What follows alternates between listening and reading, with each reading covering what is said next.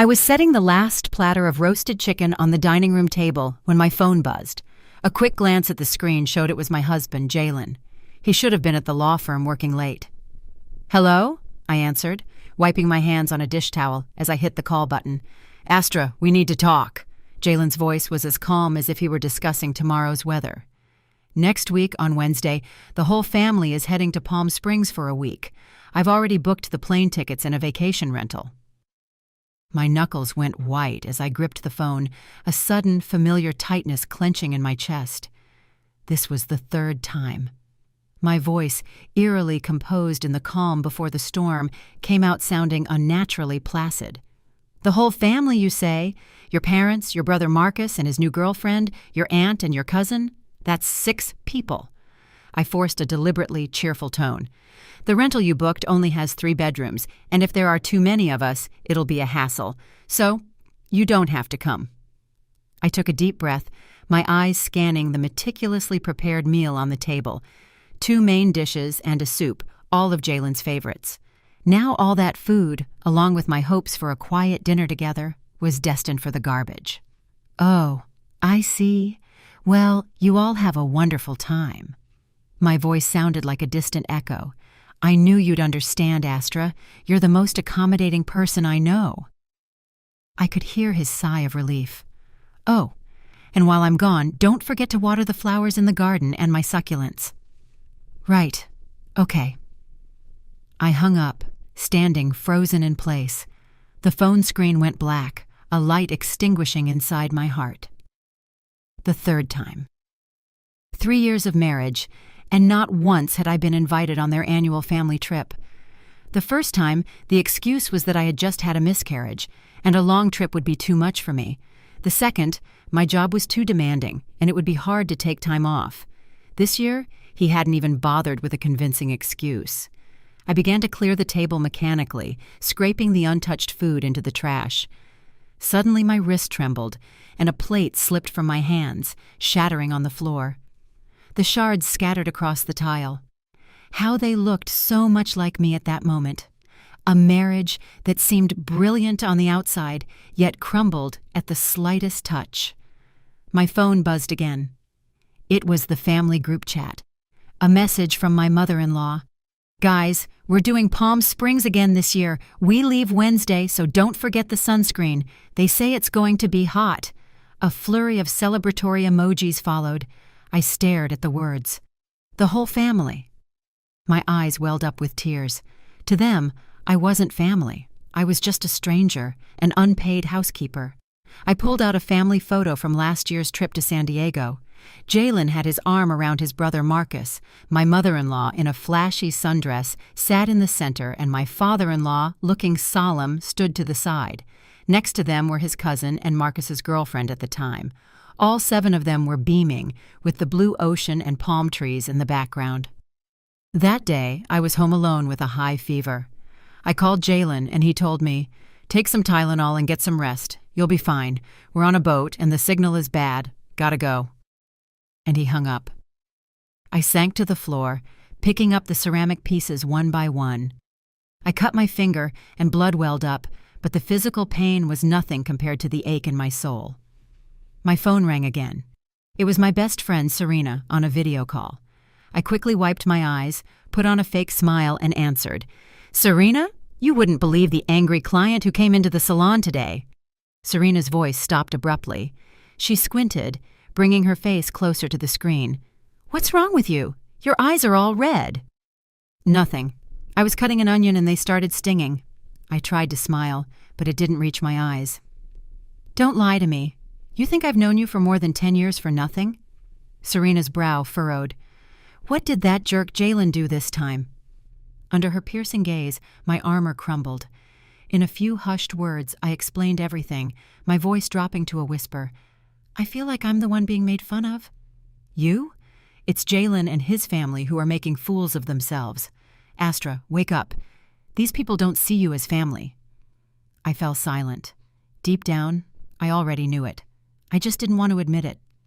3 years ago, at our stunning wedding, Jalen had knelt and promised me happiness. The image was still vivid in my mind. How had we gotten here in the blink of an eye? Astra. Serena's voice suddenly turned serious. You remember you signed a prenup, right? I nodded. It was a month before the wedding. Jalen had suddenly proposed a prenuptial agreement, claiming it was a family tradition. Although it made me uncomfortable, I signed to prove I wasn't after his money. The house is in your name. That's clear property, right? It was a wedding gift from my parents. We registered it as a separate asset, only in my name. I frowned. Why do you ask? No reason, Serena hesitated. I just want you to take better care of yourself. Hey, since his family is going away next week, why don't you come and stay with me for a few days so you're not alone? I gently declined her offer. After we hung up, I stood by the living room window looking out at the manicured lawn Jalen had so carefully tended. We had bought this house when we got married. My parents paid the down payment, and I covered the renovation costs with the money I had saved over years of work. Jalen's family contributed a minimal amount, but they insisted his name be on the deed. The excuse was that a man needed to keep up appearances. The night wore on.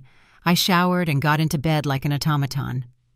Jalen wouldn't be home tonight either. He had to work late. For the past 6 months, his extra hours had become more frequent, and I had stopped asking questions. Lying there, staring at the ceiling, a thought crossed my mind. Did I really want to continue this marriage?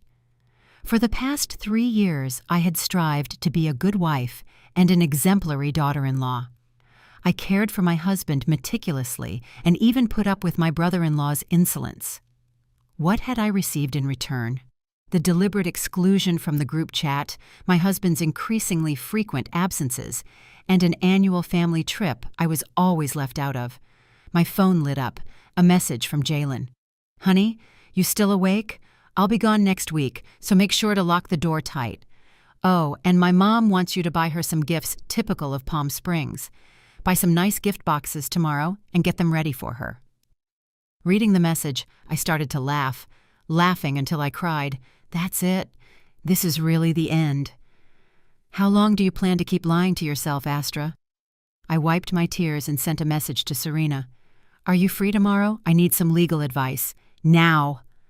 The cold moon shone high in the sky. I knew some things were irreversible.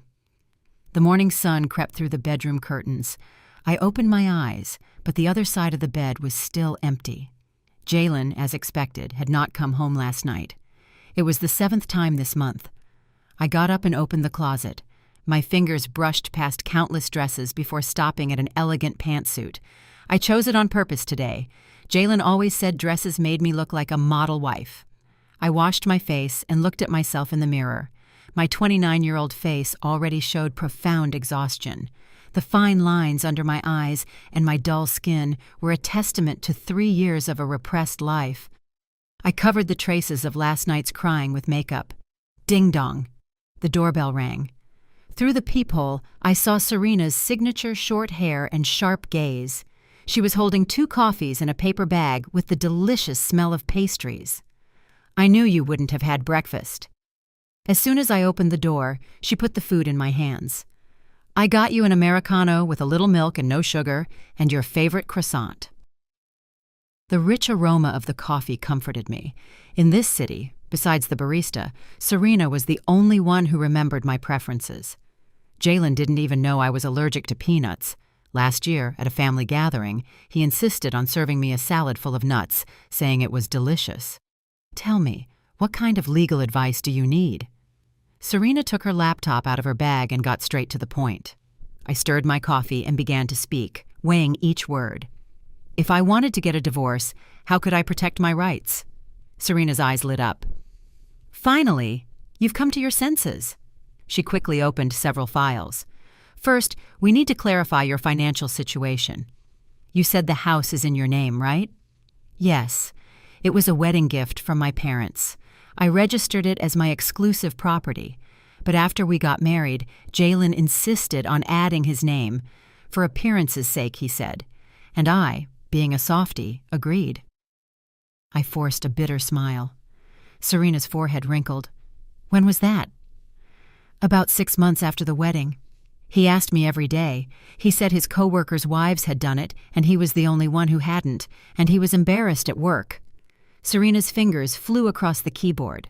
This is a bit complicated, but since it's a separate asset and you paid the down payment, that part and the appreciation belong to you. Who paid for the renovation? Mostly me. With the money I saved from work, about $70,000. Jalen's family contributed about $15,000. Do you have proof? Yes, I kept the renovation contract and all the receipts. Serena looked satisfied. The next thing is to gather evidence. Do you know exactly how much Jalen earns? The question left me blank. Jalen's income. Since we got married, we'd each managed our own money. He had given me an approximate figure, but I had never asked for the details. He earns about $100,000 a year. He gives me $100 a month for household expenses. The rest, we handle our own. Serena's eyebrows nearly met in the middle. What? You've been married for 3 years and you still have separate accounts? And I've been paying the mortgage on the house. My voice trailed off. Jalen said he had to invest his money, and his parents were getting older, so he had to have a cushion for medical expenses. Astra. Serena slammed her hand on the table. Don't you realize they're scamming you? That's not a normal marriage. My eyes filled with tears again. Even to me, it sounded ridiculous. To others, I was the woman who lived in a luxurious house and drove a high-end car. But the reality was, I had to think twice before buying a decent coat. Meanwhile, Jalen had gifted his mother a $20,000 gold bracelet without a second thought. We need to find out his financial situation, Serena said with a serious tone. Do you have access to his computer or documents? The office is always locked. He says he has confidential client information. Suddenly I remembered something. But I have an emergency key. I could go in when he's not there. Be careful. You can't let him find out, she warned me. The most important things are bank statements, investment records. And she paused.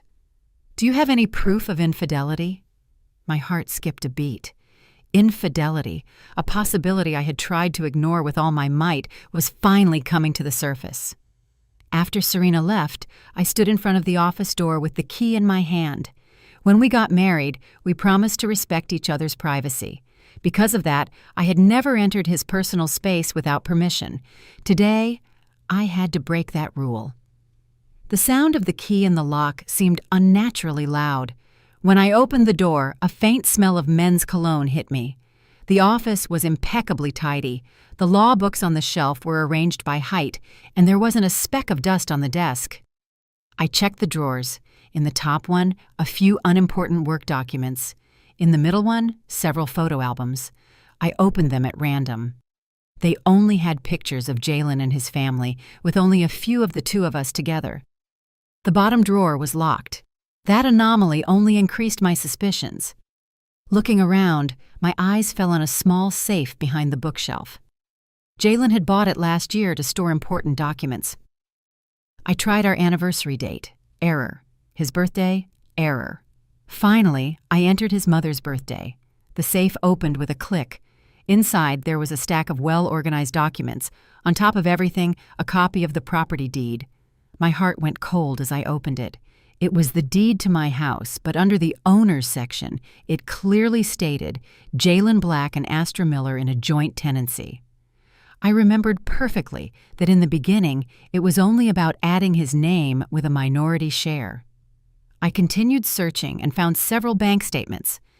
The balance in Jalen's account stunned me. It wasn't the $150,000 he had told me. It was nearly $1.5 million. Furthermore, every month there were regular transfers of between $3,000 and $15,000 to a Valerie. At the bottom was an elegant velvet jewelry case. I opened it with trembling hands. Inside, a diamond necklace I had never seen in my life. The receipt said Tiffany's. The price exceeded $25,000. The purchase date was my birthday last year, but my gift had been a simple bouquet of flowers. Under the case was another photo. Jalen was hugging a young woman by a resort pool. They were wearing matching swimsuits and smiling radiantly. On the back, in my husband's handwriting, was a note. To my love, Valerie, in Palm Springs, August 2023. That was the exact week he had claimed to be on a business trip. My world came crashing down. All his extra hours, the successive absences, the inexplicable expenses, everything made sense. The vibration of my phone almost made me drop the photo. It was Jalen. "Honey, I won't make it for dinner tonight. I have a work dinner." I stared at the message and then looked at his profile picture on the messaging app. He was sitting in a luxurious restaurant. Reflected in the wine glass was a hand with red-painted nails on the other side of the table. When I zoomed in on the image, the silhouettes of him and a long-haired woman could be seen in the window's reflection. In that moment, my mind became strangely clear. All my doubts and self-blame had found their answers. I wasn't paranoid or overly sensitive. I was just an idiot who was being cheated on. Calmly, I took pictures of all the evidence and sent them to Serena's encrypted email. Then I put everything back in its place.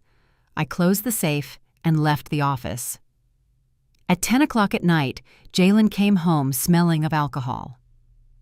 Sitting on the living room sofa, I watched him with an empty gaze as he stumbled to take off his shoes. "Honey, you're still awake?"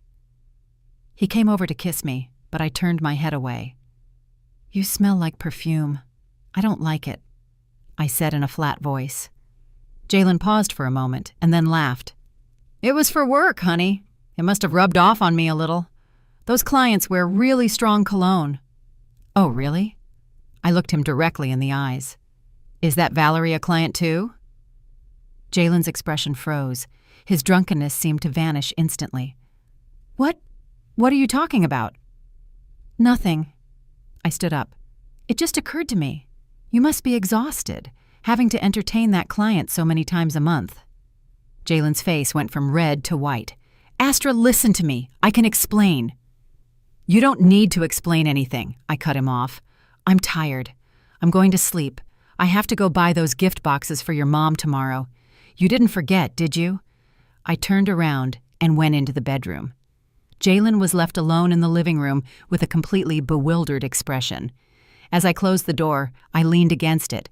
I heard his nervous footsteps outside and his voice whispering on the phone. He was undoubtedly calling Valerie to warn her. My phone lit up. A message from Serena. "Evidence received. With this, he's done. Come to the office tomorrow and we'll talk in detail. And this time, listen to everything I say." I replied with an okay and deleted the conversation history. I lay in bed and stared at the ceiling. My mind was strangely calm. The old Astra would have spent the night crying, but the one now just felt like laughing. Jalen carefully opened the door and lay down next to me as if nothing had happened. In the darkness, I could hear him deliberately holding his breath, pretending to be asleep. "Jalen," I broke the silence suddenly. "What resort are you going to in Palm Springs?" His body tensed visibly. "Just a normal resort, one that the company has a deal with." "Oh, really?" I chuckled. "It's not the Oasis Club again, is it? They say the private villas with pools are super expensive." Jalen sat up with a start. "Have you been spying on me?" "Spying?" I turned to look at him. The moonlight illuminated his face, twisted by panic and anger. "Is there a need? You forgot to block me on Facebook, November of last year. Check in at the Oasis Club. By the way, the Tiffany's necklace in the picture was beautiful." Jalen's face contorted. "Astra, how dare you look at my phone?" "Compared to you cheating on me looking at your phone isn't a big deal, don't you think?" I got up and turned on the bedside lamp. 3 years of marriage with separate accounts. I've been an idiot, serving your whole family, and it turns out you had someone else on the side. Jalen, you really don't disappoint me." Jalen's face turned pale. Suddenly, he grabbed a pillow and threw it with all his might against the wall. "Stop it! Do you think I did it because I wanted to? I'm sick of seeing that long face of yours every day when I come home. Valerie is 100 times more affectionate than you. She knows how to make a man happy." I watched his mad outburst in silence. Suddenly, it all seemed so ridiculous. This was the man I had defied my parents for to marry, a coward who, after cheating, still had the audacity to blame others. "All right, let's get a divorce," I said lightly. "You can go with that, Valerie, and I'll live my life in peace." "Divorce?" Jalen burst out laughing as if he had heard the joke of the century. "In your dreams. Half of this house is mine. If you get a divorce, how are you going to live? Your measly salary won't even cover the mortgage." So that was it. He had it all figured out. He was sure I would never dare to ask for a divorce. Seeing his smug face, I laughed. "Well, we'll see." Jalen hadn't expected that reaction and was left speechless. I lay back down, turned off the light, and turned my back on him. I could feel his gaze of bewilderment and anger fixed on my back in the darkness. "Astra," he finally said through clenched teeth, "don't you dare do anything stupid. I've had my eye on this house for a while. My brother Marcus is getting married, and he needs a place. So that was it. I closed my eyes, my nails digging into my palms. The whole family had planned this for a long time. They wanted to take from me, live in my house, and in the end, take it from me to give to my brother-in-law." Jalen started snoring. I didn't sleep a wink all night. At dawn, I got up quietly. I packed some essentials and important documents, and I left the house stealthily. The morning air was exceptionally fresh. I took a deep breath and called Serena. "Serena, I've decided. I'm going to get back everything that's mine." On the other end of the line, Serena's voice was full of determination. "That's the spirit. I'll be waiting for you at the office. The war has begun." I hung up and hailed a cab. In the rearview mirror, I watched the house where I had lived for 3 years get smaller and smaller. This time, I wasn't going to falter. Serena's office was on the 28th floor of a glass skyscraper in the downtown LA financial district. I sat in the meeting room. In front of me, Serena had printed out all the evidence. "The situation is worse than I thought," she said, adjusting her glasses. "According to these bank statements, over the last 2 years, Jalen has transferred a total of $330,000 to that Valerie person. This is a clear act of dissipation of marital assets." I nodded in silence. My fingers unconsciously traced those cold numbers. $330,000, the equivalent of several years of my salary, and he had given it so easily to another woman. But the most serious thing is this. Serena unfolded a stack of papers. "I checked Jalen's credit history. 3 months ago, he took out a loan for $800,000. The purpose? Home renovation. But you didn't have any recent renovation plans for your house, did you?" $800,000? I looked up in shock. "He didn't say a word to me." "He wasn't going to tell you," Serena scoffed. "That money, 1 week after it entered his account, was transferred to Valerie in 5 installments. I think that scumbag bought that woman a house." My voice trembled. "Do you really think so?" "It's very likely," Serena nodded. "But that's not the most urgent problem. Look at this." She opened a digital file. It contained a transcript of Jalen's and his brother Marcus's text messages. "I got this through a special channel," Serena explained. "It's difficult to use as direct evidence in a lawsuit, but it's enough for us to know what they were planning." "Bro, did you tell your wife about the mortgage on the house yet?" Marcus had asked. "Not yet. I was planning to tell her after the trip. She's been a little weird lately. I think she suspects something with Valerie. So what?" "We have to make a down payment for the condo my girlfriend and I saw next week." "Don't be in such a hurry. My name is on the deed to the house, too. Even if she objects, she can't do anything. If she gets difficult, I'll tell Mom to talk to her. She always listens to Mom." I stared at the screen, a rock crushing my chest.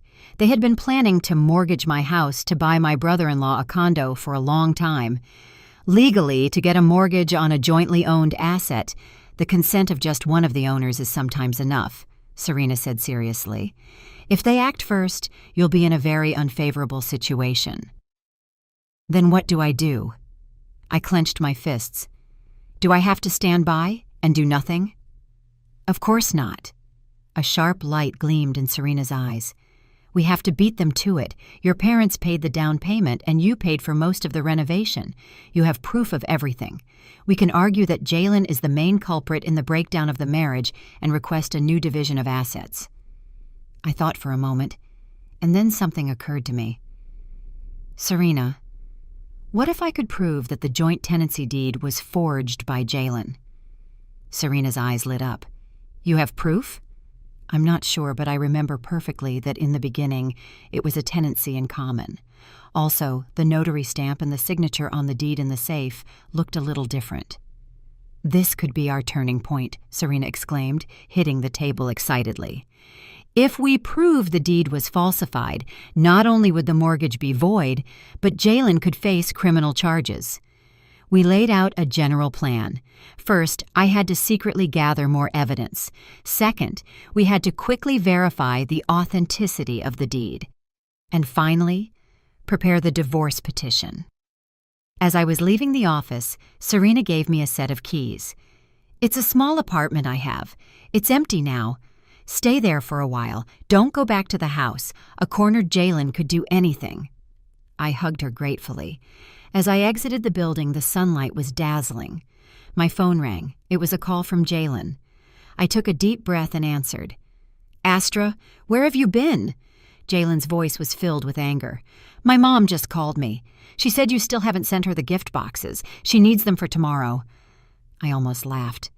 After everything that had happened, his first reaction was to scold me for not having run an errand for his mother. I'm out. I have some things to take care of, I said calmly. The boxes have been ordered. They'll be delivered directly to your mom's house this afternoon. Jalen seemed bewildered. He hadn't expected me to be so cooperative. Oh, okay. Hey, about last night. Last night? I asked, feigning ignorance. You were very drunk. You kept talking nonsense. There was a silence of a few seconds on the other end of the line. Yeah, I was very drunk. I don't remember anything.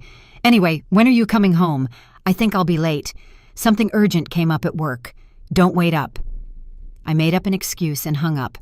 I went straight to the county recorder's office. With a copy of the original deed and my ID, I was able to successfully view the property's historical records. Indeed, it was clearly stated there. Tenancy in common, Astra Miller 70%, Jalen Black 30%. However, the current deed indicated a 50-50 joint tenancy. That meant Jalen had falsified the document somehow. I held back my euphoria, immediately took a picture, and sent it to Serena. Bingo! The jerk falsified the type of ownership. This time he's done for. Great, Serena replied instantly. Now I needed to get the original of that falsified deed. It wouldn't be easy. Jalen would surely hide it carefully. I decided to take a risk and go back to the house one more time. At 4 p.m, I took advantage of Jalen being in a meeting at the office to go back. As soon as I opened the door, I knew something was wrong. The living room was in disarray, and the drawers of my vanity were wide open. Someone had been looking for something. I went upstairs quietly. I heard a noise in the office. Through the crack in the door, I saw Jalen, sweating profusely, rummaging through papers. He kept cursing under his breath. He had come home earlier than expected to look for the deed. I went back downstairs stealthily and closed the front door with a deliberate slam. "Honey, I'm home!" From upstairs, there was a sound of surprise, followed by Jalen's voice, trying to sound calm. "Oh, hi, honey. I was in the office looking for some papers." I went up and opened the office door. Jalen was standing by the desk, forcing a smile, but the beads of sweat on his forehead and his disheveled hair gave away his nervousness. "Why are you back so early?" I asked, feigning concern. "Oh, there wasn't much to do at the office. Hey, have you seen the house deed? I need some documents to apply for a loan at work." Just as I expected. Inside, I smiled coldly, but on the outside, I put on a bewildered expression. "It's not in the safe. I looked and it's not there," Jalen said nervously. "You didn't put it somewhere else, did you? Think carefully." I pretended to think and then said, "You know, last month, the Homeowners Association asked us to update the owner information. I took it to make a copy, and of course, my mom has it. She said she wanted to see it, and I left it with her." Jalen's face went white as paper. "What? How could you give something so important to someone else?" "My mom is someone else?" I shot back. "Besides, my name is on the deed too. What's the problem with my own family having it?" Jalen was speechless. A vein throbbed on his forehead. "Go get it right now. I need it urgently for work." My mom left on a trip. She won't be back until next month, I said, blinking innocently. Are you in such a hurry? Then get the loan with the condo you have in your name. Jalen had a small condo in his name as a separate asset that he rented out. Of course, he didn't want to touch his own property. Forget it, I'll find another way, he snapped irritably. Suddenly, he remembered something. Hey, do you really not remember anything I said last night? You said a lot of things. You talked about Valerie, about Palm Springs, about a necklace. I watched as his face hardened, and then I laughed. I'm kidding. You didn't say anything. You slept like a log. Jalen's face, a picture of relief, was priceless. He came closer to hug me. Honey, I've been so busy lately, and I've neglected you. When I get back from the trip, we'll spend some time together, just the two of us. I skillfully evaded his arms. Hurry up and pack. You have an early flight tomorrow. Jalen awkwardly withdrew his arms and went upstairs. Watching his back, I knew I had to keep up the charade. The most important thing now was to calm him down and buy myself some time. After dinner, Jalen got a call and rushed out, probably to meet Valerie and plan their strategy. I immediately searched the office thoroughly. Finally, on the highest shelf, inside a thick criminal law manual, I found the forged deed. I quickly photographed it as evidence and put it back in its place. As I was about to leave, an envelope in the desk drawer caught my attention. When I opened it, to my surprise, I found a drafted mortgage loan agreement. The appraisal of the house was $1,200,000, the loan amount $800,000, and the purpose joint family investment.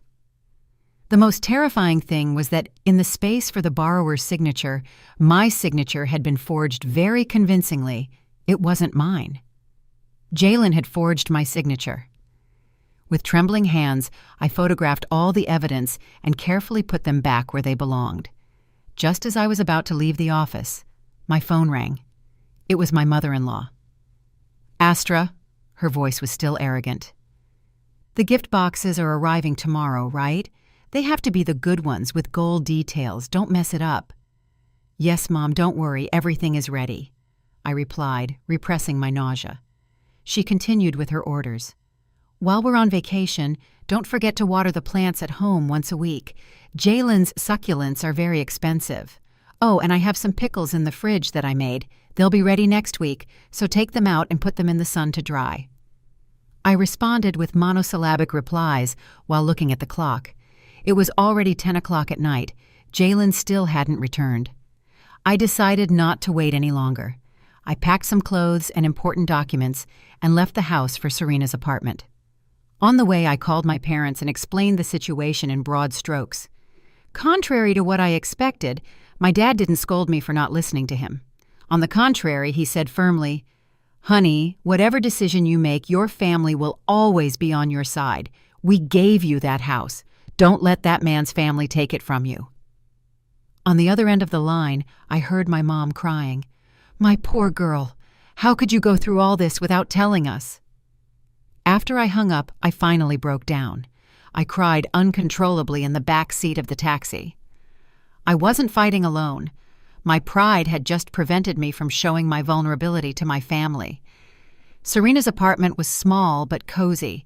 I took a hot shower and, lying in bed, reviewed my findings. Jalen's crimes were becoming more and more evident. Infidelity, concealment of assets, and falsification of documents and a signature on a contract. Any of them was enough for him to pay a high price in court. My phone lit up. A text message from Jalen. "Honey, an unexpected business trip came up. I'll be gone for a few days. I'll meet the family directly in Palm Springs. We'll talk about the house when I get back." I smiled disdainfully and didn't reply. I went on Facebook and saw that Valerie had posted something new. "Thanks for coming. Best gift ever." The attached photo showed a Tiffany's bracelet and a man's hand. The watch on that man's wrist was the one I had given Jalen for his birthday last year. Calmly, I took a screenshot, saved it, and turned off my phone. Tomorrow the war would enter a new phase, and this time there would be no mercy.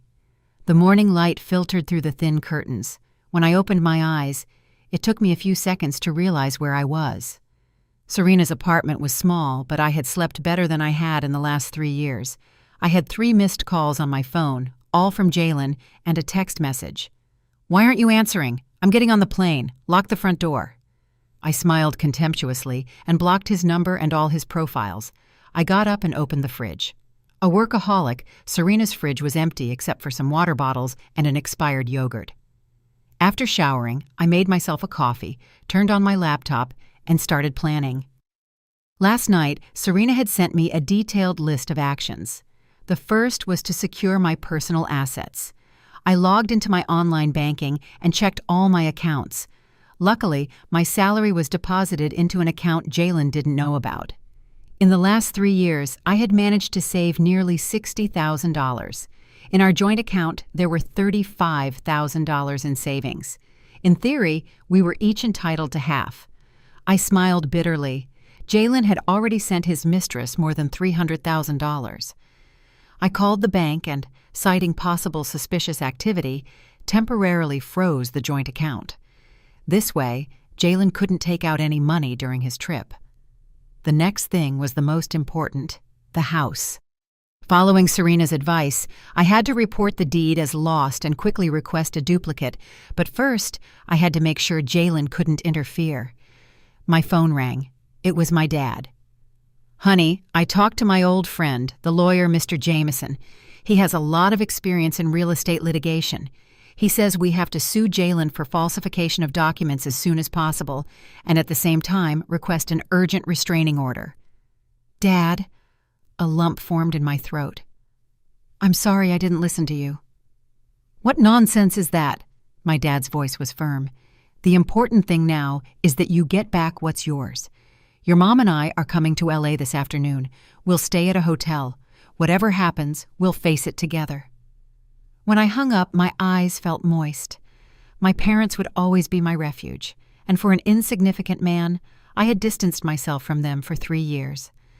After getting ready, I went directly to the county recorder's office. With a copy of the original deed and my ID, I successfully completed the lost deed report. The clerk informed me that the new deed would take about 7 business days to be issued. If someone tries to mortgage the property with the reported deed, would it be valid? I asked cautiously. The clerk shook his head. "Once the loss announcement is published, the previous deed loses its validity immediately. But if you're concerned about the security of your home, you can request a prohibition on disposition annotation. This way, no one will be able to make any transactions with that property for a while." That was exactly what I needed. I filled out the application immediately. In the reasons section, I clearly wrote, "Alleged falsification of documents by the co-owner." As I left the office, I sighed in relief. The house was safe for now. No matter how many banks Jalen went to with that falsified deed, he wouldn't get a single dollar. My phone rang, an unknown number. When I answered, a voice introduced herself as the real estate agent from Sun Realty. "Is this Ms. Astra Miller? I'm calling about the listing for your house. We have a buyer willing to pay $1,150,000. When can we meet to negotiate?" I was stunned. "Excuse me? I haven't put my house up for sale." On the other end of the line, the agent also seemed bewildered. "But a Mr. Jalen Black came in yesterday with the deed and a photocopy of your ID saying you had both decided to put the house on the market." I felt my blood boil. Jalen, that scumbag, had gotten ahead of me. "Listen to me carefully, Ms. Agent," I said, holding back my rage. "That listing is fraudulent. The deed has been reported as lost, and a new one is being issued.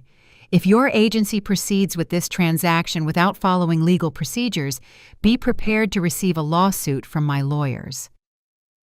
I hung up and immediately called Serena. When she heard about it, she was furious. "That Jalen is a complete jerk. Astra, we have to move faster. What do I do now?" I asked. "He might have contacted other real estate agencies." "First, we need to notify all the major real estate agencies and banks that the house is in litigation. Second, we need to sue Jalen immediately for falsification of a public document and a signature. And finally," Serena paused, "what if you sell the house?"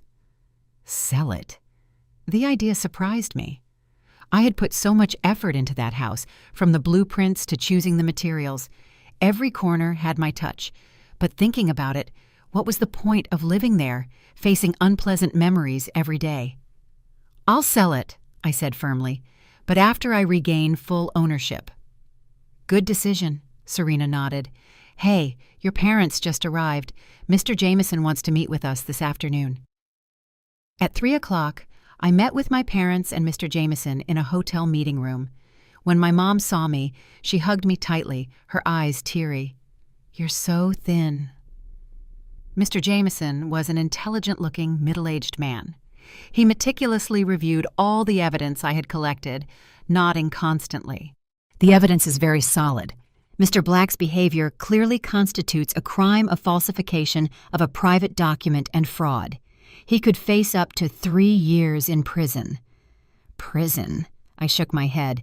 "I just want to get a quick divorce and get my assets back. I don't want to take this to the criminal courts. Despite everything, it's been 3 years." Mr. Jameson understood my position and nodded. "Then we'll focus on the civil path. According to the civil code, the fact that Mr. Black has cohabitated with another person as if they were his spouse and has donated a large amount of money during the marriage is a serious cause for divorce. In the division of assets, he could receive a smaller share or even nothing."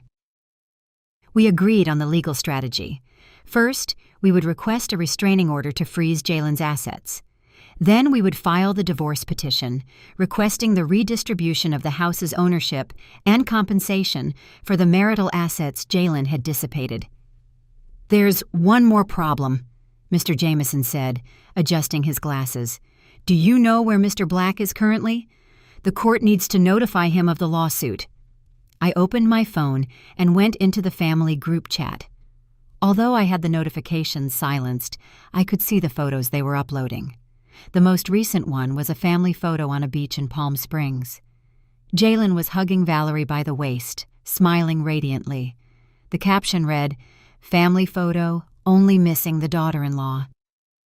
My hands were trembling so much I could barely hold the phone. So that was it. Jalen's family trip was planned from the beginning to take Valerie, and I, his legal wife, had been completely excluded. "They're at the Oasis Club in Palm Springs," I said calmly, handing my phone to Mr. Jameson. The photo showed the time and location. Mr. Jameson photographed the evidence and asked me, "Ms. Miller, when do you plan to retrieve your things from the house?" "I'm going to go get everything today," I said with determination. If Jalen dared to take his mistress on a trip, passing her off as his family, I no longer had to keep up appearances for him. When I returned to the house, I started systematically packing my belongings. The books from my college years in the office, the clothes and shoes from the walk-in closet, the dishes I had so carefully chosen in the kitchen. 3 years of marriage had accumulated a lot of things. As I was packing, the doorbell rang. Through the peephole, I saw an unknown woman with a folder in her hand. "Is this the residence of Mr. Jalen Black?" she asked politely. "I'm an account manager from ABC Bank. Mr. Black asked me to pick up some documents." An employee from the bank. Jalen's reaction had been faster than I thought. I opened the door, but didn't let her in. "What documents?" "Mr. Black told me you were already aware. The property deed to the house and your original ID." Her gaze scanned the inside of the house over my shoulder. I almost laughed out of anger. Jalen, from a distance, was sending a bank employee to my house to try and take the documents. "I'm sorry, but I don't know anything about that," I said coldly. "And the deed isn't here." The woman looked bewildered. "But Mr. Black—" "It doesn't matter what he told you," I interrupted her. "I suggest you check the latest public notices from the county recorder's office. This house is currently in litigation, and any bank that grants a mortgage on it will have to face the legal consequences." Her expression changed, and she left in a hurry. I closed the door and immediately sent an email to the credit departments of the major banks, officially informing them that the house was in litigation and that any loan application on this asset would be void. At dusk, I finished packing all my things. The moving truck parked at the door. The movers began to load the boxes. I took one last look at the place I once called home. I didn't feel a single ounce of nostalgia. Wait, something occurred to me. I went back to the bedroom and took a small box from the nightstand. Inside were a pair of pearl earrings, the only keepsake I had left from my maternal grandmother. In 3 years, I hadn't worn them for fear of losing them. Now they were finally back with their rightful owner. I locked the front door with the key and handed it to the doorman of the community, informing him of my move. I asked him that any matters related to the house should be handled through my lawyer. The doorman had known me since the day I moved in. "Ms. Miller, has something happened?" he asked hesitantly. "From now on, please call me Astra," I corrected him with a smile. "Thank you for everything, sir." I drove to the hotel where my parents were staying. I felt lighter than I had in a long time. On the way, I received a text from Serena. "Restraining order granted. All bank accounts in Jalen's name have been frozen. We've also published the notice of the lost deed. It's now legally effective." I thanked her and called my parents. On the other end of the line was my old college roommate from London, now a senior executive at a multinational company. "Astra, it's been a while." Emma's voice sounded full of energy. "Hey, is that position you mentioned at the Singapore office still open?" I looked at the road ahead and asked in a firm voice, "I think I need a new beginning." A week later, I was sitting in Mr. Jameson's office, reviewing the newly drafted divorce petition. The document detailed the serious reasons attributable to Jalen: cohabitation with another person, falsification of documents, dissipation of marital assets. Each point was backed by solid evidence. "The court has accepted the petition. The notification will be sent urgently to the hotel in Palm Springs where Mr. Black is staying," Mr. Jameson said, handing me another stack of papers. "This is the restraining order. All bank accounts, stocks, and real estate in Mr. Black's name have been seized." I nodded and turned to the last page. Jalen's reaction was more violent than I had imagined. The same day he received the court notification, he tried to fly back from Palm Springs, but with his credit cards blocked, he couldn't even buy a plane ticket. In the end, he had to ask his brother for money. "He should be in LA by now," Mr. Jameson warned me. "Do you think you need to lay low for a while?" "No," I shook my head. "The time has come for me to face him face to face." Just as I finished speaking, my phone started ringing frantically. Jalen's name flashed on the screen. It was the umpteenth number he had used since I blocked him.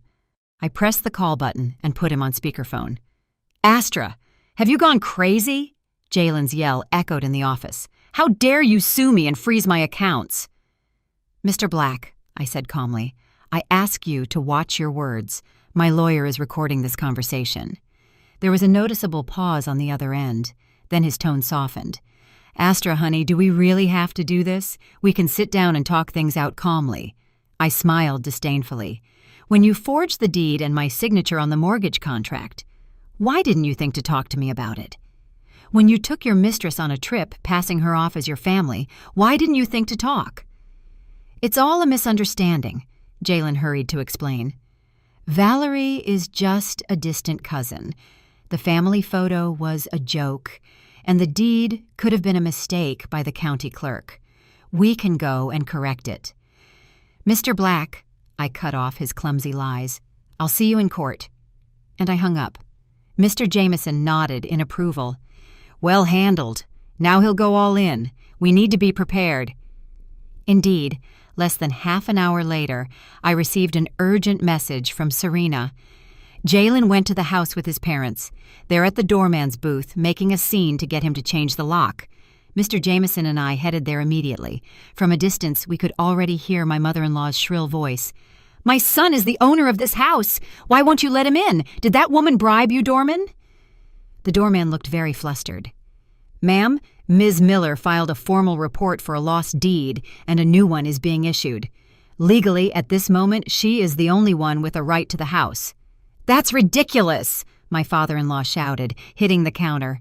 "Half of that house belongs to my son. Who does that Astra think she is, not letting him into his own home?" I took a deep breath, opened the door, and walked in. "Father-in-law, mother-in-law, it's been a while. How was the trip to Palm Springs? That family photo turned out beautiful." The three of them turned around in unison. Their faces were a sight to behold. Jalen's face was purple like a plum, and my mother-in-law looked like she wanted to eat me alive. "Astra!" My mother-in-law lunged at me, trying to grab my neck. "How dare you, you ungrateful woman, treat my son this way?" Mr. Jameson stepped in, blocking her path. "Ma'am, I ask you to control yourself. Assaulting a person is a crime. We are recording the entire situation." My mother-in-law's hand froze in midair. She turned pale and withdrew it. Well, so now you're bringing lawyers to confront your in-laws," Jalen said, pushing his mother aside and grinding his teeth. "What exactly do you want?" "It's very simple." I looked him directly in the eyes. "To get a divorce and get back all the assets that belong to me." "Don't you dare dream of it!" Jalen yelled. "My name is on the deed too. Don't think you're going to keep it all." "Oh, really?" I pulled a folder from my bag. "This is the original registration. The house is a tenancy in common. My share is 70% and yours is 30%. It's clearly specified. The document you falsified is already a crime." Jalen's face turned white. "It's a lie!" "And that's not all," I continued to press.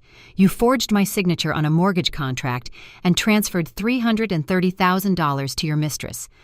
All of these are serious causes for divorce. According to the law, not only would you not be entitled to any part of the house, but you might have to pay me compensation." My mother-in-law couldn't take it anymore. "That's impossible. My son has been supporting you for years, and this is how you repay him? Biting the hand that feeds you? Supporting me?" I almost laughed. "Mother-in-law, for 3 years we've had separate accounts. The mortgage on the house, the electricity, the water, the HOA fees, I paid for all of it myself. Your son gave me $100 a month for expenses, an amount that didn't even cover his own food." My mother-in-law was speechless. My father-in-law looked at me with narrowed eyes. "Astra, we're family. There's no need to go to these extremes. Jalen made a mistake, but you haven't done things right either. A man can make a small mistake once in a while." "A small mistake?" I interrupted him. "Falsifying documents is a small mistake? Dissipating assets is a small mistake? Taking your mistress on a trip, passing her off as your wife, is a small mistake?" Jalen suddenly lunged forward, trying to snatch the folder from me, but Mr. Jameson stopped him. He looked like a cornered beast. "Astra, don't pressure me. I know a lot of people. I can make it so you can't find a job in all of L.A." "Threatening the opposing party," Mr. Jameson said calmly, pressing the record button on his phone. "Mr. Black, this recording will be very damaging evidence against you." Jalen finally realized the gravity of the situation. His attitude changed 180 degrees. "Astra, honey, I'm so sorry. I was wrong, truly. Give me one more chance. I'll leave Valerie. From now on, I'll do whatever you say." Seeing him cry only filled me with disgust. There was a time when that same expression of helplessness would soften my heart, and I would forgive his betrayals and lies again and again. "It's too late, Jalen," I said calmly. "I've given you too many chances. Now I just want to end this marriage as soon as possible." "In your dreams!" he suddenly yelled. "I'll drag this lawsuit out as long as I can. Let's see who gives up first. 3 years? 5 years?" "That's not up to you to decide," Mr. Jameson said, holding out another folder. "This is the evidence Ms. Miller has collected about your cohabitation with Ms. Valerie. It includes bank transfers, intimate photos, and conversations. If this is presented to the court, not only will the divorce process be accelerated, but you may also have to pay compensation for emotional distress." Jalen collapsed into a chair like a deflated balloon. My mother-in-law tried to say something more, but my father-in-law stopped her. Both of them, finally, realized that their precious son had hit a concrete wall. "I'll give you 3 days," I said, standing up. "If you agree to a mutual divorce, the house is mine, and the rest of the assets will be divided according to the law. If you want to continue with the lawsuit, we'll see each other in court, but be prepared to face all the legal consequences." As I left the doorman's booth, I sighed in relief. The sun warmed my face. My phone rang. An email from Emma. The attached file was a job offer for the position of marketing director at the Singapore office. The salary was 3 times what I was currently making. "Have you made a decision yet?" Mr. Jameson asked. I nodded. "As soon as I sort things out here, I'm going to Singapore to start a new life." "That's a smart decision," Mr. Jameson smiled. "But Jalen won't give up easily. Next time, he might resort to even lower tactics." "I'll be ready for him," I said, looking at the house in the distance. It was once my home, but now it was nothing more than a cold building. This time, I wasn't going to back down. 3 days later, Jalen, as expected, didn't sign the papers. Instead, he launched a smear campaign. First, his relatives called me one after another to convince me to stay. Then he posted a tearful message on Facebook, insinuating that I had left him for a richer, more successful man. Finally, he showed up at my company and filed a complaint with HR, accusing me of immoral conduct.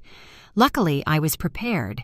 When HR called me, I presented my letter of resignation and the job offer from the Singapore company. At the same time, Serena helped me publish a statement on several news portals, clarifying the truth and attaching some of the evidence of Jalen's infidelity and falsification of documents. Public opinion turned instantly. Jalen's social media pages were flooded with comments from indignant internet users. The location of Valerie's workplace was even leaked. They became the talk of the town. The most surprising thing was that a particularly motivated internet user discovered that Valerie was dating 3 men at the same time. Jalen became the laughingstock of the entire country. "This time he's really done for," Serena said with satisfaction. But we underestimated Jalen's audacity. One rainy night, he broke into the house where I was finishing up packing my things with his brother Marcus. He threatened to kill me if I didn't drop the lawsuit.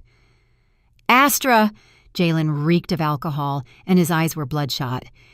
"You've ruined my life, so I'm going to ruin yours." Marcus raised his phone and started recording.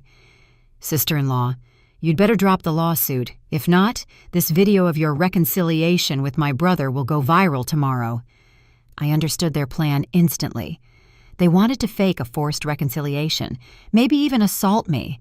My heart was pounding, but I kept my composure. "Jalen, do you know this is a crime?" "A crime?" Jalen scoffed.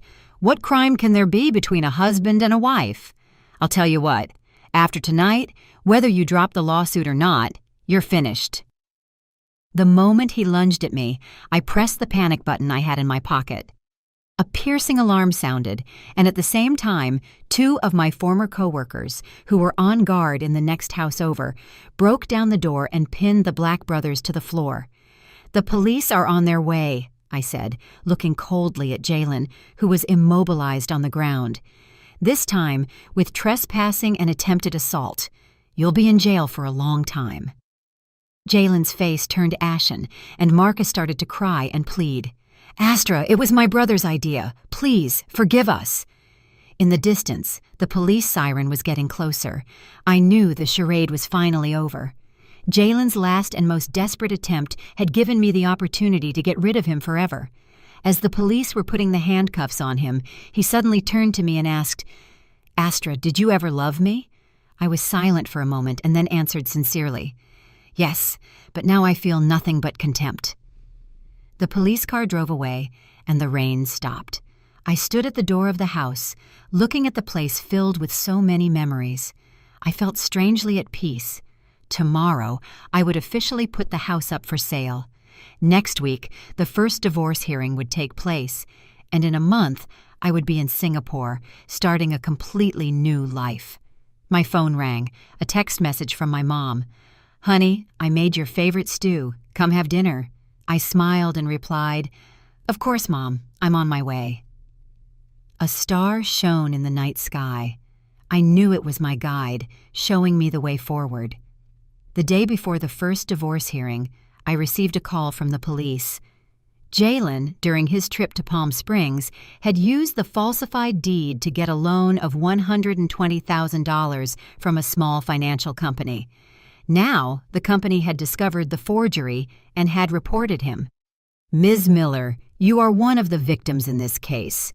We need your cooperation in the investigation." The officer's voice was serious and respectful. I hung up and immediately called Mr. Jameson. When he heard about it, he couldn't help but laugh. This Jalen has dug his own grave. With a falsification of a public document of that amount, he faces a prison sentence of at least 3 years. Prison? I asked. It's very likely, Mr. Jameson said with certainty. And this benefits us immensely in the divorce trial.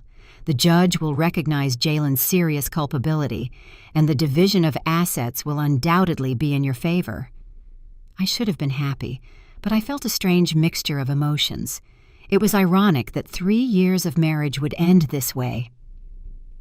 On the day of the trial, the courtrooms were filled with journalists. Since my story had gone viral, the case had become a topic of media interest. Someone had even created the hashtag #StandStrongAstra. Jalen arrived late, accompanied by his parents and his lawyer. In just 2 weeks, he seemed to have aged 10 years. His eyes were sunken, and his face was ashen. When he saw me, a flash of resentment crossed his gaze, but it was quickly replaced by fear. He knew he was facing not only divorce, but also criminal charges. The trial was surprisingly quick. Jalen's lawyer tried to argue that the money transfers were simply gifts between friends and that Valerie was a distant cousin. But when the judge saw the intimate photos and explicit conversations, even the lawyer was speechless. Regarding the falsification of the deed and the signature on the mortgage contract, Jalen's defense had nothing to say. When the judge asked Jalen why he had done it, his answer stunned the entire room. My brother was getting married, and his fiancé's family wasn't contributing anything. I just wanted to help my family a little.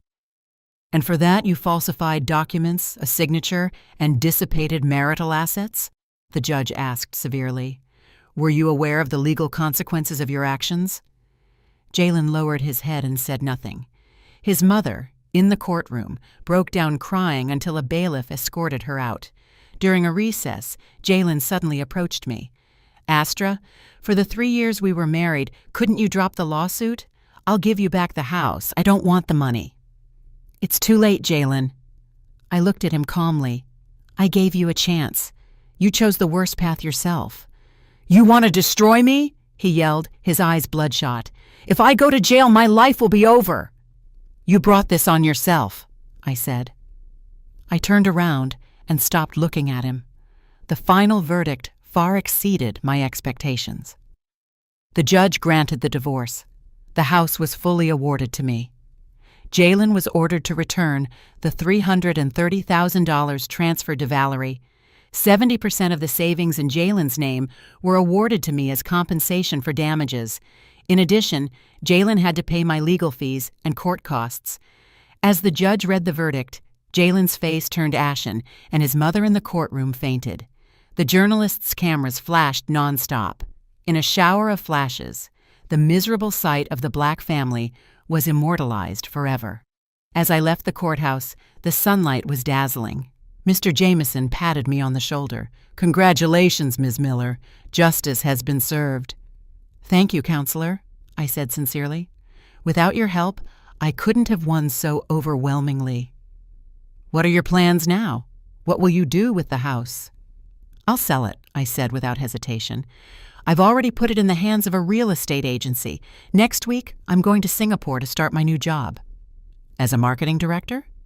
That's a smart decision. Oh, do you plan to proceed with the criminal case against Mr. Black? I thought for a moment. I don't want to have any more dealings with him. If he admits his guilt and returns the assets, I can drop the charges, but what the law decides is up to the law. Understood. I'll take care of the rest of the paperwork, Mr. Jameson said as he bid me farewell. I wish you the best in your new life in Singapore. When I returned to the apartment I had temporarily rented, I started packing. 3 years of marriage, and in the end, I was only taking 2 suitcases with me. My phone kept ringing with congratulatory messages from my friends. I thanked everyone and turned off my phone. I enjoyed that rare moment of silence. That night, Serena came to celebrate with a bottle of champagne. Wow, that scumbag Jalen is broke. What satisfaction. We toasted. The bubbles dissolved on my tongue with a sweet taste. Suddenly, Serena became serious. Honestly, Astra, For these 3 years, my biggest worry has been you. I saw how you were losing yourself, how you were no longer the person you used to be. I know, I gripped my glass. Sometimes I wonder how I could have been so stupid. There were so many signs. Why did I insist on ignoring them? Because of love, silly, Serena sighed. Love is blind, but luckily, you finally woke up. The next morning, I received a call from the real estate agency. The house had sold for $1,250,000, $100,000 above the market price. The buyer was a single mother who liked the proximity to schools and the style of the renovation. The buyer wants to close as soon as possible. Would that work for you? The agent asked cautiously. No problem, I said. We can do the paperwork tomorrow. As I hung up, I felt a great sense of relief. That house, full of bad memories, was finally going to be a part of my past. The signing of the deed was very quick. After I signed the last document, the buyer, an elegant middle-aged woman, took my hand. Astra, I've seen the news. You're very brave. This house, in my hands, will be filled with love and laughter. My eyes welled up a little. Thank you. That's exactly what this house needed. As I left the notary's office, I decided to go back to the house one last time. The new owner was moving in the next day, so no one would be there now. I pushed the familiar door open and walked in. In the empty rooms, only my footsteps echoed. The sun streamed through the large windows, painting golden stripes on the floor. I walked through the room slowly. Memories came to me like a tide. The living room. Once, Jalen had thrown the table because he didn't like the food I had made. The office. He spent whole nights working, when in reality he was on video calls with Valerie. The bedroom. Sometimes, drunk, he would force me to fulfill my marital duties. But there were also good times. The kitchen.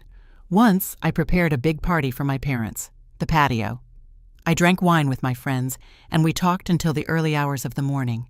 The garden, the roses I planted, bloomed every year. Goodbye, I said, in a low voice, closing the door softly. This time, I didn't look back. As I left the community, I ran into Marcus, Jalen's brother, at the entrance.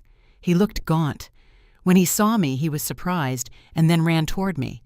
Sister-in-law, Astra, he stammered. Could you lend me some money? My brother has been arrested. My fiancé's family broke off the engagement, and my mom is in the hospital with high blood pressure. I couldn't believe my ears. The Black family still had the nerve to ask me for money. Marcus, I said calmly, do you know that your brother forged my signature to mortgage the house to buy that condo for you two? His expression changed. I didn't know where the money came from. You and your family are incredible, I said sarcastically. That your brother is in jail, that your mom is in the hospital, and that your wedding was canceled is karma. I suggest you worry about your own problems. With that, I turned and left. Marcus behind me yelled in rage. Astra, you're a cold and ruthless woman. My brother was blind to marry someone like you. I didn't turn around. I just waved my hand in a final farewell. Back at the apartment, I finished packing. The HR department of the Singapore company had sent me a welcome guide and tips for finding accommodation. Emma had also prepared a detailed list of things I would need. A new life was calling me, a life bright and full of hope. That night, my mom video called me. My dad, next to her, kept asking questions. They insisted on accompanying me to Singapore, but I refused. Mom, Dad, I'm not a child anymore, I said, laughing. Besides, Singapore is an incredible country. You don't have to worry about a thing. You'll always be our little girl, my mom said, wiping away a tear. You're going so far away. Please take good care of yourself. I will, I reassured her. And these days, with how easy it is to travel, you can come and visit me whenever you want. I hung up and stood by the window, looking out at the city where I had lived for almost 10 years.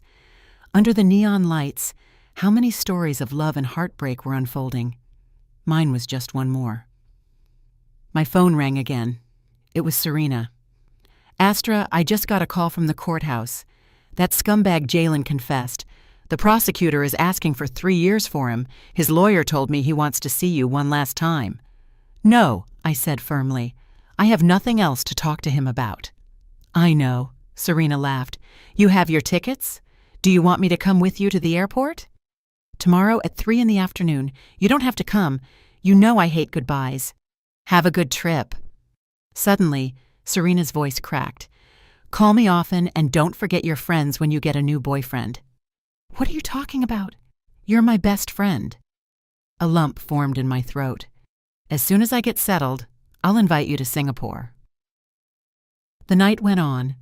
I finished packing the last suitcase. I turned off the light and lay in bed.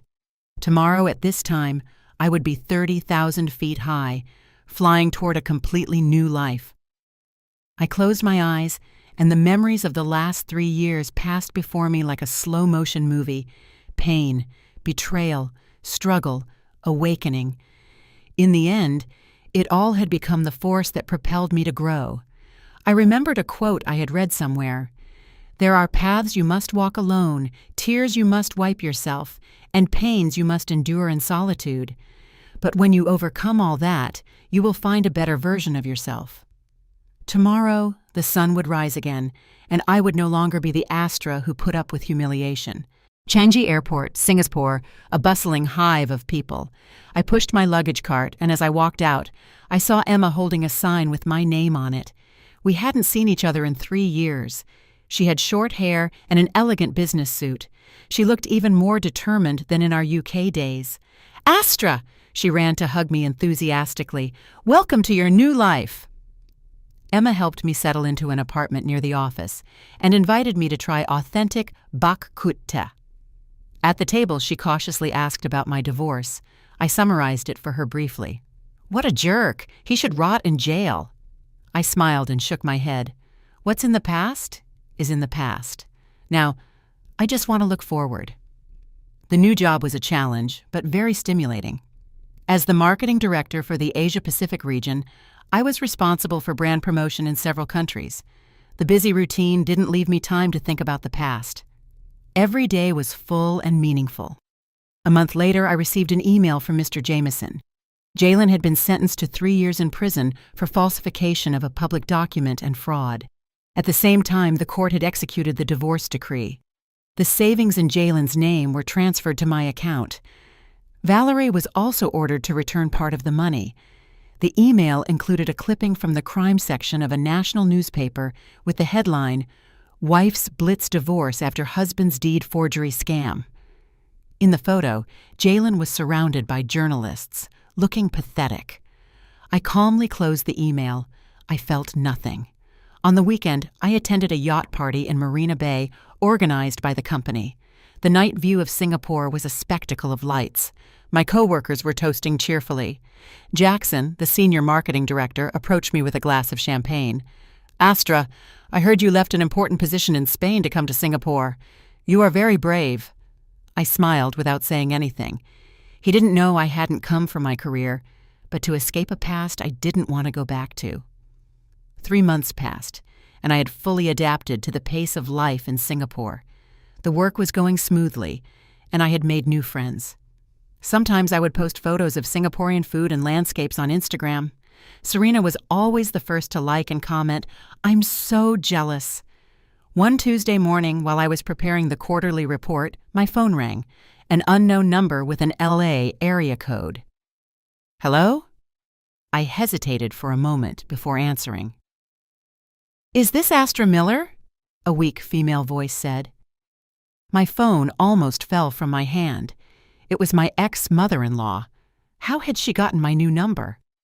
"I'm Jalen's mother." "What do you want?" I asked coldly. "Astra," her voice cracked. "I was wrong. Everything that happened was my fault. Please forgive my Jalen. He's already been sick twice in jail. The doctor says if he keeps going like this—" "Ma'am," I interrupted her. "First, you are not my mother. Second, if Jalen is in jail, it's because he brought it on himself. And finally, don't contact me again." "How can you be so cruel?" Her voice became shrill. "You were husband and wife. How can you stand by and do nothing while he's dying in jail?" If he's really sick, the prison has its own medical services, I said calmly, and my lawyer will send you a formal notice for harassment. I hung up and immediately called Mr. Jameson. He was also surprised that my ex-mother-in-law had gotten my number and promised to investigate the source and take legal action. This incident was like a small stone thrown into a calm lake. It created some ripples, and then everything returned to tranquility. 2 weeks later, I received a message from an unknown person on LinkedIn.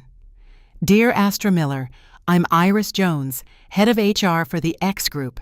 I've heard you've been very successful in Singapore. I've taken the liberty of contacting you. We are currently looking for a marketing director with international experience. I was wondering if you'd be interested in coming back to the U.S. to continue your career. The X Group was a giant in the industry in the U.S. The position of marketing director had always been my goal. But to go back? I wasn't ready to face that place full of painful memories. I replied courteously, I am very satisfied with my current job and have no plans to change in the short term. Iris responded quickly. I understand, but it's a unique opportunity. A salary of $250,000 annually, stock options, and reporting directly to the CEO.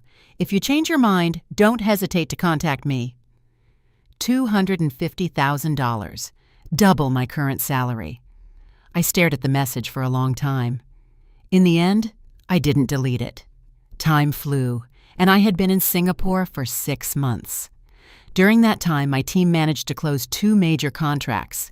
The CEO publicly congratulated me at the annual meeting.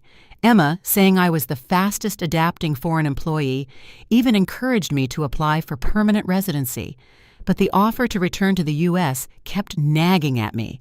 It wasn't about the position itself, but because I suddenly realized I was running away. Running away from the place where Jalen was, where the painful memories were. Running away from the weak person I had been in the past. One weekend, I went to Sentosa Island by myself. Sitting on the white sand, looking at the blue ocean, I suddenly understood that true detachment isn't running away, but having the ability to face things and still choose not to look back. That night, I wrote to Iris, expressing my interest in talking more. At the same time, I contacted Mr. Jameson to ask if, in case I returned, Jalen and his family could harass me. Mr. Black is still serving his sentence. He has at least 2 years left before he gets out, he replied. His parents, after my firm's warning, won't dare to bother you. Besides, your reputation in the U.S. is very good. Many women consider you an example of a woman fighting against domestic abuse. An example? I smiled bitterly. I was just a normal woman who, when cornered, had fought back. The interviews with the X Group went very well. After a video interview, they even offered to arrange an in-person meeting in Singapore. The president of the Asia-Pacific region had dinner with me and explained the company's expansion plans in detail. Ms. Miller, we are deeply impressed with your background, the president said sincerely. Not just for your professional ability, but for the strength and courage you have shown. Those are the fundamental values of our company culture. So, after 8 months in Singapore, I decided to return. Emma, although saddened, understood my choice. Follow your heart. Singapore will always be here for you. The resignation process was quick. The CEO tried to keep me, offering me a 30% raise, but I refused. It wasn't about the money.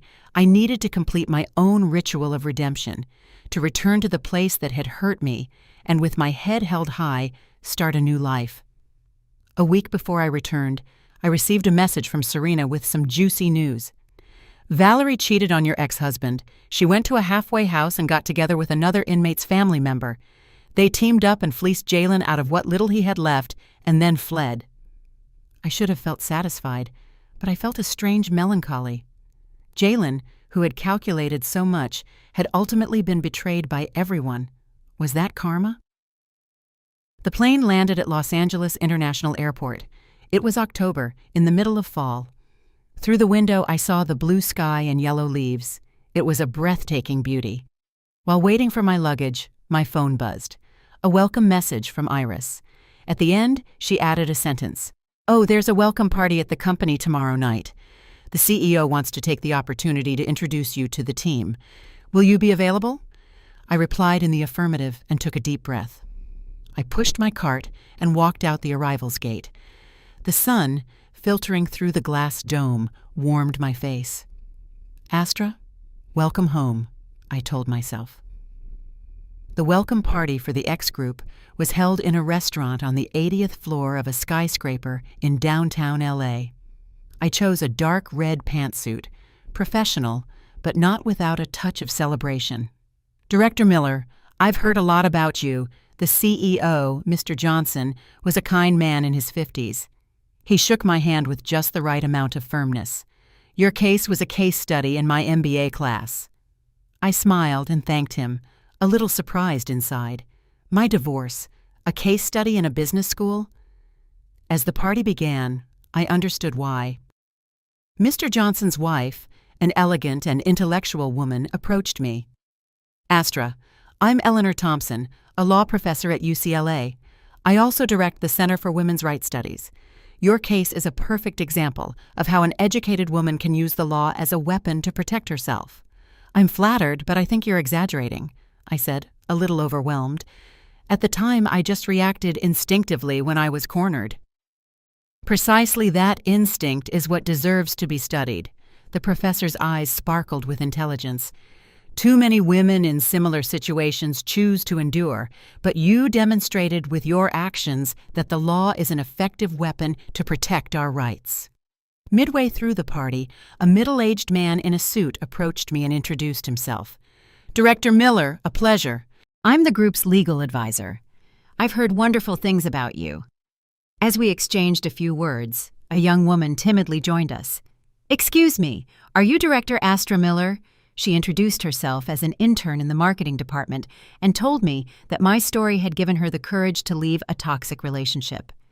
"Seeing you now gives me the faith to believe that I can also start over." Her eyes were filled with tears.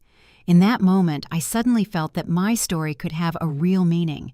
It wasn't just my personal story, but that of many women who suffered in unhappy marriages. At the end of the party, Mr. Johnson arranged for a car to take me to the hotel. In the car, he handed me a folder. "Director, this is the invitation for the Forward to Europe Business Forum next month. The group has decided that you will represent us and give the opening speech." I opened it. It was the most important forum in the industry. Normally, only executives at the vice president level and above attended. "I don't think I have enough experience." "Don't be modest," Mr. Johnson laughed. "Your results at the Singapore office are undeniable. Besides," he added, with a meaningful tone, "your personal experience fits perfectly with this year's forum theme, the reinvention of leadership in times of change." Back at the hotel, I couldn't sleep. Through the window, I saw the spectacular LA night, a different kind of splendor than Singapore's. In just 1 year, my life had completely changed, from being a disrespected wife to a senior executive at a multinational company, from being a victim who put up with humiliation to being an example who inspired others. My phone buzzed. A message from Serena. "How's it going? First day back and you're already adapted? Let's get together tomorrow." I replied with a smiling emoji. "Of course. I have 1,000 things to tell you." The next day, I met Serena for lunch at a quiet cafe. As soon as she saw me, she hugged me tightly. "Wow, Director, that charisma is noticeable from 100 feet away." I laughed and gently hit her shoulder. "Stop with the nonsense and tell me how your promotion to partner is going." "Don't even get me started," Serena waved her hand. "The old-timers still say I'm too young, but," she lowered her voice conspiratorially, "I just landed a big case. Jalen's mother sued Valerie for the restitution of assets." "What?" I almost spit out my coffee. "What kind of soap opera is this now?" It turned out that my ex-mother-in-law was claiming that Valerie had scammed Jalen and was demanding the return of a total of $500,000 in donations. Valerie, on her part, was claiming that it was compensation for her lost youth. The two women put on a show in court, the mother-in-law calling Valerie a tramp, and Valerie replying that she hadn't known how to raise her son. The judge was completely shocked, Serena recounted. amused. I shook my head. I didn't want to know any more about that farce. Jalen and his disastrous life no longer had anything to do with me. "Oh," Serena said, suddenly becoming serious. "I have something important to tell you. Jalen might get out of jail 6 months early for good behavior. He could be out next month." She looked at me with concern. "Will it affect your decision to come back and thrive here?" I thought for a moment and shook my head. "No, LA is very big. It's not easy for us to run into each other. Besides, the Astra of now is no longer the one who lets herself be walked all over." "That's the Astra I know." Serena raised her glass. "To your new life." The following days were a whirlwind. I officially took control of the marketing team and began to build my own team. I revised the speech for the Forward to Europe Business Forum over and over until it was perfect. The day of the forum, I chose a royal blue tailored suit. Professional, but not without femininity. Standing in front of the mirror, I almost didn't recognize the person looking back at me, confident, imposing, with a look full of conviction. Next, on the topic of the reinvention of leadership in times of crisis, please welcome the marketing director of the X Group, Astra Miller. Amidst applause, I walked up to the podium. Under the spotlights, I couldn't see the faces of the audience very well, but that comforted me. A year ago, I found myself in the biggest crisis of my life. My voice was clear and firm. My marriage had broken down. My trust had crumbled, and my own value had been completely denied. I shared how, in the midst of that crisis, I had rediscovered myself, how I had transformed pain into the strength to grow.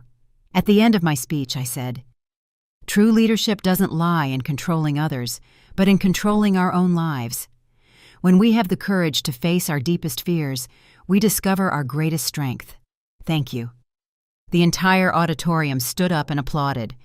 Afterwards, attendees surrounded me to exchange business cards.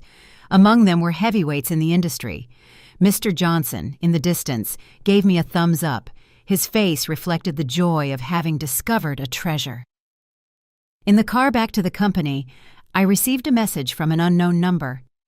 "Astra, I got out of jail. I heard you're doing very well. Congratulations. Could we see each other one more time? I have so many things to tell you." It was Jalen. My fingers hesitated over the screen. Finally, I deleted the message and blocked the number. There is no need to retrace our steps or reconnect with the people we left behind. The video of my speech at the forum went viral and brought me some unexpected opportunities. First, interview requests from several economic magazines. Then, an invitation to participate as a commentator on a television show. Finally, a publishing house contacted me to propose writing a book about female leadership. "Director, you've become the company's star," my young assistant said, smiling. "Reception says you've been receiving a lot of flowers from admirers lately." I shook my head and asked her to tell the reception to reject all gifts from unknown sources. Fame is a double-edged sword, and I knew that very well. One Friday afternoon, while I was reviewing the quarterly report, Iris knocked on my door.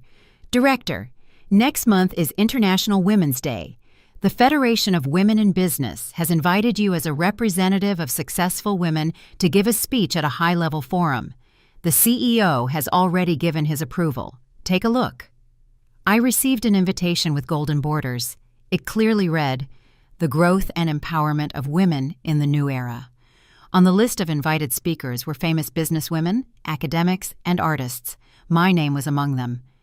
"Don't you think this is too much for me?" I said, a little worried. "Don't be modest." Iris patted me on the shoulder.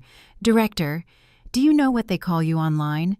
The comeback queen, the modern Joan of Arc. Your story has inspired countless women." That night, I video called my parents to give them the good news. My mom was so emotional, she kept crying, and my dad proudly said he would tell the whole family to watch the live broadcast. "Astra," my mom suddenly said, lowering her voice, "that Jalen fellow came to the house a few days ago." My smile froze. "What did he want?" "He said he came to apologize," my dad continued. "The truth is he looks very gaunt and much more polite. He said he knew he was wrong, that he didn't expect you to forgive him, but that he would like to have the opportunity to make it up to you. Mom, Dad, you didn't give him my number, did you? Of course not, my mom hurried to say. Your dad almost chased him out with a broom. I sighed in relief and asked them to please not receive him again. I hung up and stood by the window, looking at the lights of L.A. The appearance of Jalen had been like a small stone thrown into the calm of my heart, but the ripples quickly dissipated. The Women's Day Forum was held with great fanfare at the Los Angeles Convention Center. I prepared a speech titled, "The Path of Personal Reinvention for Women, from the Home to the Professional World." I shared how I had left a toxic relationship and reclaimed my own worth. When we give others the right to define us, we lose our most precious freedom, and true empowerment begins with reclaiming that right. My voice resonated in the hall. Divorce is not terrible. What's terrible is not having the ability to divorce. Being single is not terrible. What's terrible is not having the ability to live alone. The audience erupted in thunderous applause. I saw many women with teary eyes, including my mom. She and my dad had come to L.A. especially to attend the forum. Afterward, a white-haired woman, accompanied by an assistant, approached me. I recognized her as a famous businesswoman. "Astra, what a great speech." She took my hand affectionately. "Sincere stories always have the greatest power. I hope you continue to raise your voice for women." Emotionally, I didn't know what to say. I just nodded. The photographer's flashes went off non-stop, immortalizing the moment. That night, the photo was on the front page of the major business newspapers. At the reception after the forum, I received countless business cards and collaboration proposals. I was a little tired of greeting so many people when a familiar figure appeared at the ballroom door. It was Jalen. He was wearing a suit that didn't fit him well and holding a bouquet of flowers, trying to sneak into the event. Security stopped him, and a scuffle ensued. I hesitated for a moment and then walked over. "Astra?" Jalen's eyes lit up when he saw me. "I just wanted to congratulate you in person. You look stunning." He had lost a lot of weight and had deep dark circles under his eyes. There was nothing left of his former poise. The bouquet of flowers he was carrying was cheap and looked pathetic. "Jalen," I said calmly, "please leave." "I know I don't have the right to see you," his voice cracked. "I was really wrong. Valerie ran away with all my money. My mom had a heart attack from the shock and is in the hospital. And I've lost my job. It's my karma." Seeing him cry didn't evoke any emotion in me. The wound of the past was so deep that I no longer had the strength to even hate him. "Let's leave the past behind," I said. "I wish you the best, but don't come looking for me again." Jalen suddenly knelt. "Give me one more chance." "Security," I turned and called. "Please escort this gentleman out." 2 security guards grabbed Jalen by the arms and dragged him outside. He struggled, yelling as he turned to look at me. "Astra, you're a ruthless woman after all we've been through." Everyone in the ballroom turned to look and whispered. I composed myself, raised my head, and returned to the event. My mom greeted me with a worried look. I hugged her gently. "Mom, I'm fine." After that night, Jalen never appeared in my life again. Some said he had gone to the South to work in construction, others that he had gone back to his hometown to take care of his sick mother. Whatever the case, it was no longer my business. The success of the forum continued for some time. My followers on LinkedIn skyrocketed, and every day I received hundreds of messages of inquiries and collaboration proposals. The company took the opportunity to appoint me director of the newly created Center for the Development of Female Leadership and granted me an additional package of stock options. With the arrival of spring, I bought an apartment in L.A. The day of the signing, I made sure the deed was solely in my name. In the empty apartment, I made a video call to Serena to toast virtually. "Wow, Director, now you're a true winner," Serena said on the other side of the screen, biting into an apple. "But what about love? Any news?" "My work is my love," I laughed, changing the subject. "Hey, and your promotion to partner?" "Thanks to you, I got it," Serena raised her glass triumphantly. "Now the old-timers at the firm call me counselor, with all due respect." We toasted through the screen, celebrating our respective successes. I hung up and went out onto the balcony. The April air of LA was filled with the scent of lilacs. In the distance, the skyscrapers of downtown could be seen. The lights shone like a galaxy. A year ago, I was still the Astra, trapped in an unhappy marriage. Today, I had transformed into a butterfly, living a life I had never dared to dream of before. My phone rang. An email from the editor of the publishing house. He had sent me the revised manuscript. My memoirs, titled Rebirth, were about to be published at the end of the year. The editor suggested I add a chapter on how to build healthy relationships. Because, he wrote in the email, many readers will wonder if, after everything you've been through, you still believe in love. I sat at the desk, opened my laptop, and on a blank page, I wrote a line. I believe in love, but I believe more in myself. True security never comes from another's promise, but from self-confidence. Outside, a crescent moon rose silently, painting the world with silver.